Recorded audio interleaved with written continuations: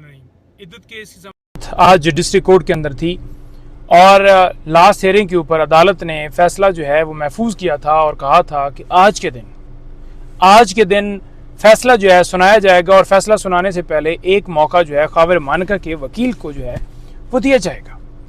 अब सुबह क्या हुआ कि 9 बजे ख़ाविर मानका के वकील आए, कोई नहीं, उसने जूनियर भेज दिया और कहा कि वो सुप्रीम कोर्ट में है। बहाने 10:30 बजे आते हैं और ख़ाविर मानका के वकील शुरू करते हैं। शुरू जो ही वो करते हैं तो ख़ाविर मानका आ जाता है, कहते जी कि मैंने दलाइल लेने। हमने अदालत को कहा कि इसके दलाइल बनते ही नहीं है क्योंकि फाइनल स्टेज के ऊपर अपने फैसला महफूज कर लिया। जो भी आपने 5, 10 मिनट, 15 मिनट, 20 मिनट, क्योंकि अदालत इसलिए अपॉर्चुनिटी देना चाहती थी कि कल ये कहें कि रिजवान अब्बासी जो है वो उसको सुना नहीं गया, यानी कि ख़ाविर मानका के वकील को सुना नहीं गया, तो लिहाजा फैसला जो है यकतरफा दे दिया गया।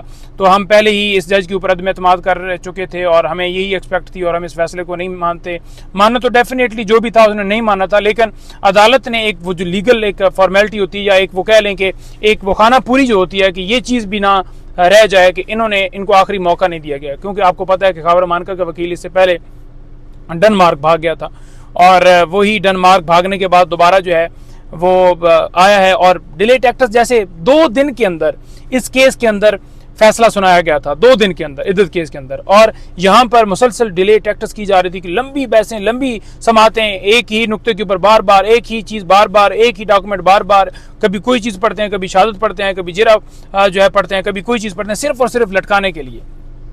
आज जब उसने बात शुरू की, अदालत ने इजाज़त दी, हमारे मना करने के बावजूद इजाज़त दी। हालांकि हमने अदालत को कहा कि इसके ऊपर तौहीन अदालत की कार्रवाई की जाए और क्योंकि इसने इंटरप्शन की है, कोर्ट की समाअत की प्रोसीडिंग्स के अंदर जो है वो मुदाखलत कर रहा है, रोक रहा है और ये जो तरीक़ाकार इस्तेमाल कर रहा है। अब हमें पता था कि ये सारा जो है ये गलीज लैंग्वेज जो है वो इस्तेमाल करेगा और हमें पता था क्योंकि इससे पहले भी जब समाअत हुई तो इसका सिर्फ और सिर्फ ये काम था कि मीडिया के टिकर बने, मैं जो मेरा बकवास करना है वो मैं करता रहूं और गालियां बकता रहूं और सारा करता रहूं। हमने अदालत को कहा कि इसे ना सुनने का मौका दिया जाए, इसे ना सुना जाए, लेकिन अदालत ने उसे परमिशन दी और जब वो बात शुरू करने लगा तो उसने जो है वो गालियाँ जो हैं वो बकी। तो हमने उसके ऊपर जो है वो शदीद अदालत के अंदर शोर मचाया कि हम जो है वो तहम्मुल मिजाजी से इसलिए कर रहे हैं कि हम चाहते हैं कि आज केस का फैसला हो जाए। हमारा मकसद ये था कि इस केस को लटकाया ना जाए, जो भी करना है, जो भी बात करनी है, जो भी उन्होंने बोलना है बोलें, लेकिन फैसला आज सुनाया जाए। लेकिन ये इजाज़त हम कभी भी नहीं देंगे कि वो खान साहब को या बीबी साहबा को गालियाँ बकेंगे। मैंने कहा कि ये वही ख़ाविर मानका है। जब इसको जो है वो पहले इसकी वीडियो, इसकी स्टेटमेंट मौजूद हैं, ये बड़ी जनाब पाकदामनी और बड़े वीडियो बयान देता था और आज ये जानबूझकर इस तरह की स्टेटमेंट देना, फिर इसे उठाया गया, उठाकर इसे लाया गया, इसे मुकदमा करवाया गया और आज ये सिर्फ डिले टैक्टिस करने के लिए कि केस को लटकाया जाए। अदालत ने सारी चीज़ें सुनी और जो मेरे साथ मौजूद थे उस्मान गिल साहब वो भी बोल रहे थे, मिशाल भी बोल रही थी, बाकी भी सारे वकला बोल रहे थे, बैरिस्टर गौर भी बोल रहे थे। सारे कह रहे थे कि जज साहब आपने इंसाफ देना है, फेयर ट्रायल हर शख्स का हक है और आपने फेयर ट्रायल जो है वो करना है और आपने आज फैसला महफूज किया हुआ था तो फैसला आपने सुनाना है। क्योंकि इससे पहले रिक्यूज़ल की दरख्वास्त, यानी कि जज को रिक्यूज़ किया गया था, वो ख़ाविर मानका ने कहा था कि आप मेरे केस की समाअत जो है ना करें और अदालत ने उस दरख्वास्त को खारिज कर दिया था। जब उस अदालत ने उस दरख्वास्त को खारिज कर दिया था तो दूसरी दफ़ा ये कहना कि आप केस की समाअत ना करें उस वक्त खारिज इस वजह से किया गया था क्योंकि अदालत ने ये कहा था कि कोई जस्टिफिकेशन नहीं दे रहे जिसकी वजह से मैं केस ना सुनूं, कोई मुझे रीज़न नहीं लग रही कि जिसकी बुनियाद के ऊपर मैं रिक्यूज़ल करूं या मैं केस ना सुनूं। लेकिन उसने आज फिर वो क्योंकि प्लांट किया गया था, पीछे से लाया गया था, फिर साथ एक जत्था लाया गया था अदालत के अंदर जो पीछे से शोर मचा रहा था। हमने पहले ये समझा कि हमारे लोग जो हैं, हमने अपने लोगों को चुप कराया, अपने वकला को चुप कराया, क्योंकि हमने इसलिए चुप करवाया, हम इसलिए चुप करवा रहे थे कि आज केस का फैसला हो जाए। वो केस लटकाना चाहते थे, हम चाहते थे कि समाज जो है मुलतवी ना हो जाए, कोई हंगामा आराई ना हो जाए। हमने अपने लोगों को कहा कि आप पुरअमन रहें, जो भी ये बकवास करता है आप बर्दाश्त करें। हमने हर खान साहब की रिहाई, बुशरा बीबी की रिहाई के हवाले से हमारी सबसे ज़्यादा इंपॉर्टेंस है। ये चीज़ें, ये बौतान, ये सारा इसने किया है, जो इसने बकना है बकता रहे, लेकिन हमें इस वक्त फैसला चाहिए, सज़ा ख़त्म हो ताकि जो है आज बीबी साहब की हद तक रिहाई हो सकती थी और खान साहब की हद तक सिर्फ साइफर केस बच जाना था। तो हम चाह रहे थे कि ये केसेस जो हैं इसमें इन तमाम केसेस के अंदर बरीयत वाली साइड पे हम जाएं। अगर हम यहाँ पर उसके ऊपर शोर डालेंगे, उसको थप्पड़ मारेंगे, उसको मारेंगे, उसको रोकेंगे, वहां पर शोर शराबा करेंगे, तो फिर उससे क्या होगा कि अदालत में हंगामा राई हो जाएगी, क्योंकि वो लोग लेकर आए हुए थे, वो हाथापाई चाहते थे, वो चाहते थे किसी सूरत समात मुलतवी हो, या खबर मान का बकवास करे और इनके वकील उसके ऊपर हमला कर दें, इस तरह के बकवास करे, या फिर जो है वो जो अपने लोग लाए हुए थे वो लोग बोलें और वो लोग बकवास करें। लेकिन हमने बड़ा जो है उसके अंदर हमारे तमाम वकला खवातीन जितनी थी बड़ा उन्होंने अक्लमंदी का सब ने मुजाहरा किया और उन्होंने कहा, सब ने कहा कि जनाब आप केस की जो समात है वो जारी रखें और इसके अंदर फैसला जो है हम चाहते हैं कि आज ही हो। मुसलसल जब 10 मिनट का टाइम दिया गया, 20-25 मिनट हो गए, हमने अदालत को कहा कि 25 मिनट हो गए, वो हमारे ऊपर अटैक कर रहा था, वो वकीलों के ऊपर अटैक कर रहा था, वो वकीलों के बारे में बकवास कर रहा था। हमने बर्दाश्त किया, हमने अदालत को कहा कि आप रेगुलेट करें, आप बैठे हुए हैं, आपका हक है, इस ये जुमला जो बोलता है इसको ना बोलने दिया जाए, ये गलत ज़बान इस्तेमाल करता है ऐसे ना बोलने दी जाए, और आप इस कोर्ट को रेगुलेट करना आपकी ड्यूटी है और फैसला सुनाना आपकी ड्यूटी है।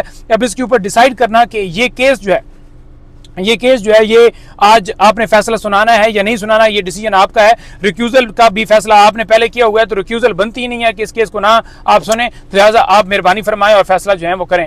अदालत हमें लगा कि जैसे वो बेबस नजर आ रही है, ऐसा लग रहा था कि जैसे जज को प्रेशर डाला गया पीछे से, ऐसा लग रहा था जैसे हाई कोर्ट के जजेस कहते हैं कि कैमरे लगाकर उनके बहनोई को अगवा करके उनके साथ उनको इतना जो है वो टॉर्चर करके कि वो एक हॉस्पिटल में, इस तरह का हमें महसूस हो रहा था कि जज के ऊपर प्रेशर डाला गया है, कि जज साहब भी बिल्कुल जो है चुप करके बैठे हुए थे और वो उसके ऊपर ना उसे रोक रहे थे, ना जो है वो फैसला जो है वो रिक्यूजल कर रहे थे। हम क्योंकि इस्तदा कर रहे थे और अब पूरा मीडिया वहां पर मौजूद था, तमाम लोग मौजूद थे, खवातीन मौजूद थी, वकला मौजूद थे, और सारे मौजूद होने की वजह से अदालत जो है वो जज जो है वो जो है उस चीज के ऊपर आकर एक फंस गए थे, वो अड़ गए थे। उन्हें ये लग रहा था कि अब मैं कैसे इसको अंदर रिक्यूजल करूं, क्योंकि उन्हें प्रेशर डाला गया हुआ था पहले से।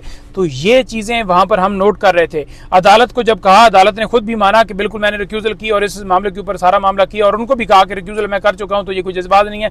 लिहाजा सारी समाअत मुकम्मल होने के बाद आखिरकार ये हुआ कि अदालत ने ये कहा कि जज ने कहा कि मैं ये केस इससे रिक्यूज़ करता हूँ, नहीं सुनता हूँ, और उसके बाद उन्होंने जो है वो लेटर लिख दिया है इस्लामाबाद हाई कोर्ट को।